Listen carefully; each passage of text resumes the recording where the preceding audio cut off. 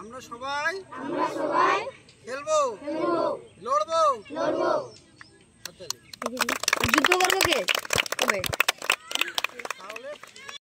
Foundation সংস্থার উদ্যোগে ও 4 নম্বর রামকৃষ্ণপুর গ্রাম পঞ্চায়েতের সহযোগিতায় আজকের যে খেলা, এই খেলাকে কেন্দ্র করে শিশুদের মনে অত্যন্ত আনন্দের বহিঃপ্রকাশ আমরা পেয়েছি।